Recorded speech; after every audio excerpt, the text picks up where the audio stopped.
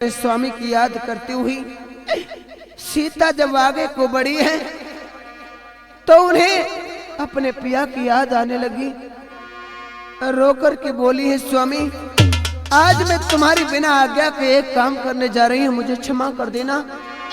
हर काम को मैंने तुमसे आज तक पूछ के किया स्वामी, लेकिन अब संसार के दुख मुझसे सहन नहीं किए जाते।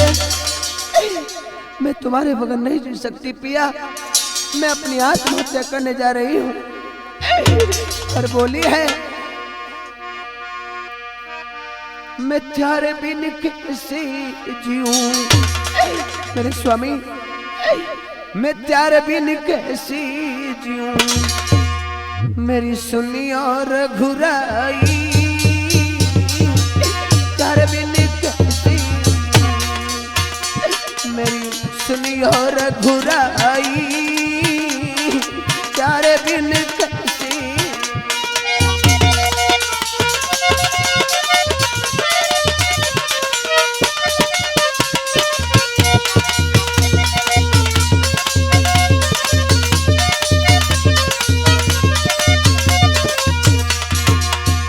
और कहने लगी, स्वामी बिन साजन के सजनी कैसे रह पाएगी।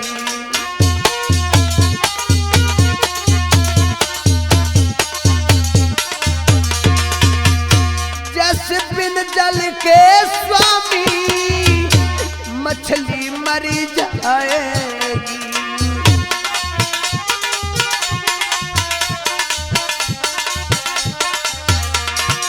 और क्या वो तेरी याद जो आएगी, तेरी याद जो आएगी नहीं जाए भुलाई है, तेरे बिन कैसे जीऊं। तेरी सुनी और घुराई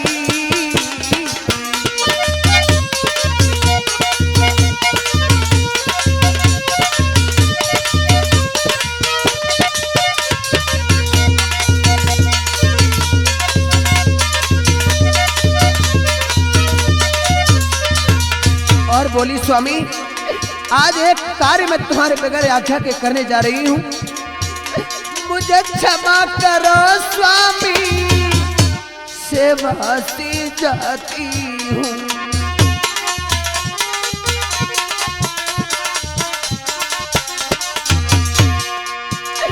बिन आज्ञा के स्वामी मैं प्राण गमाती हूँ।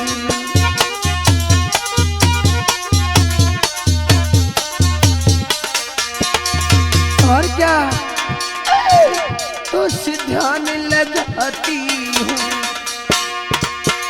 तो ध्यान लगाती हूँ, दुख नाश हो जाई यार बिन कैसे जीऊं। यार सुनी और घुराई यार बिन कैसे।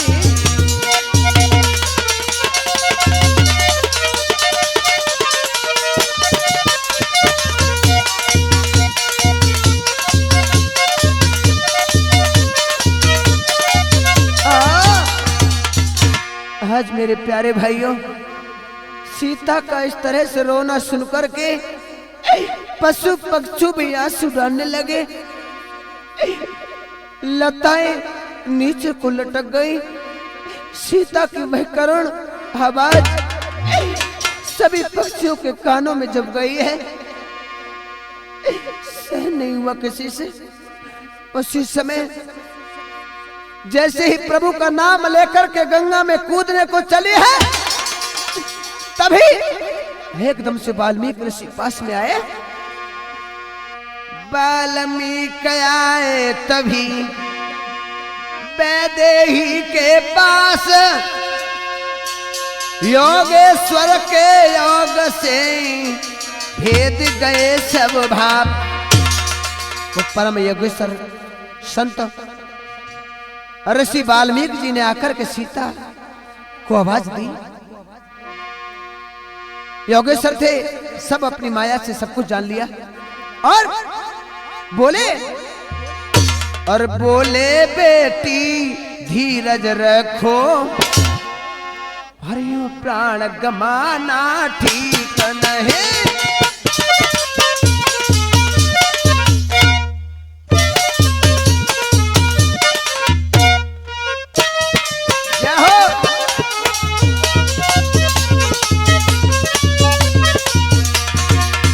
ऋषिराज कहने लगे बेटी सीता, बोले बेटी धीरज रखो, क्या कहने पहलवान, यो प्राण गंवाना ठीक नहीं, संकट में या संघर्षों में, संकट में या संघर्षों में पागल बन जाना ठीक नहीं।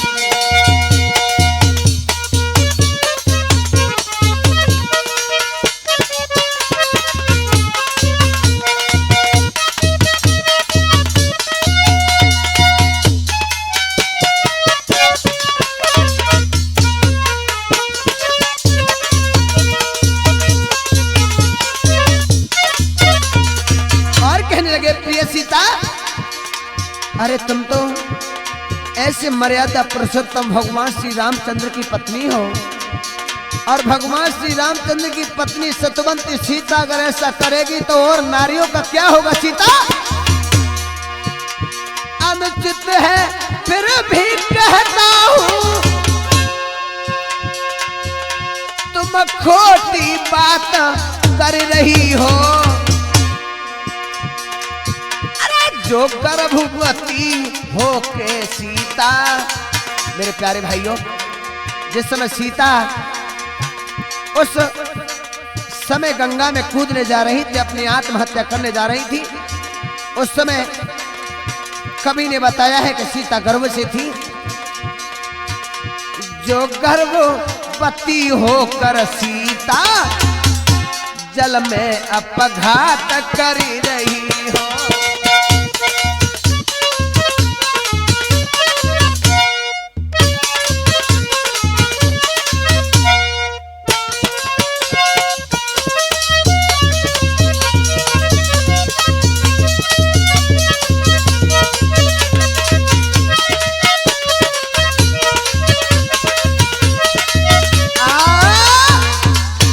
आज सीता को समझा करके ऋषिराज ने कहा, भैया बेटी सीता ये बात उचित नहीं है, क्योंकि आप पतिव्रता स्त्री हैं, संसार को सुधारने वाली आप जब ऐसा करोगी तो संसार का क्या होगा, संसार की उन्माद शक्ति नारियों का क्या होगा। उसी समय ऋषिराज की बात सीता के हृदय में बैठ गई और हाथ जोड़ करके क्षमा मांग लिया, स्वामी मुझे क्षमा करिए, मैंने जो गलती की उसके लिए मुझे माफ कर दो। तभी अरे ऋषिवर ने बात सुनाई है, कहा बुद्ध सिया तो गमाई है,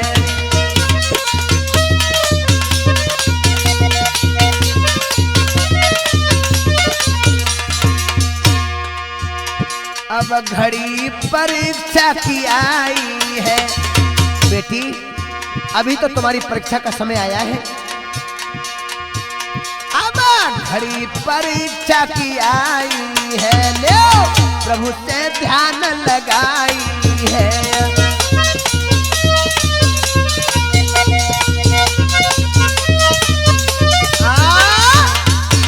समझा दिया सीता को, और ऋषिराज सीता को साथ लेकर के अपने आश्रम को चले गए। जैसे ही अपने आश्रम को गए हैं ऋषिराज बेटी सीता को लेकर के, प्यारे भाइयों यहीं पर मेरी इस करुण कथा का समापन होता है। आगे लवकुश लीला को आप अगले भाग में सुनेंगे। तब तक के लिए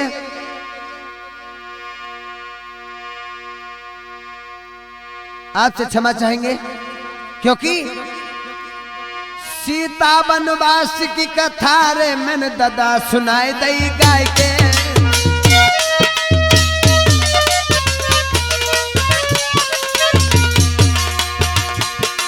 अब घड़ी रही है पंचोरे, अब घड़ी रही है पंचोरे, ठीक एक उवरे बजाइए।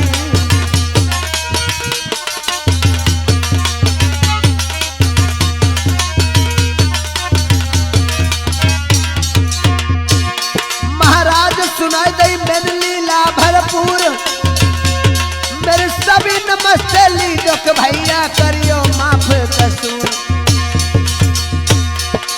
महाराज मेरो हरपाल सिंह है नाम, जिला हमारो संबल कहिए लहरा रतु है गाम। मेरे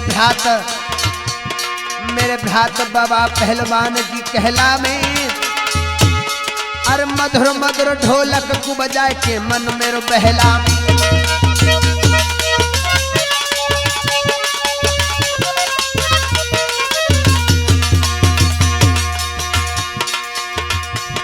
एक छोटो भैया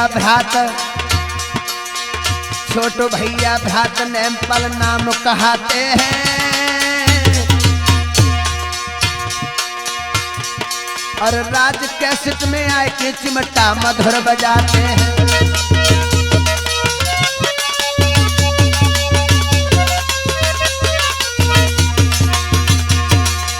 अरे गुरु की महिमा है न्यारी,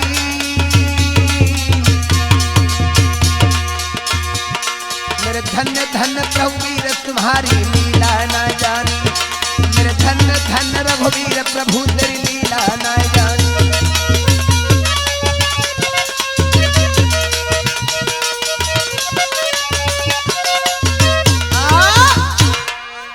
मेरे प्यारे सज्जनों, यही पर इस कथा का मैं विसर्जन करता हूँ। सभी भाइयों को हार्दिक अभिनंदन।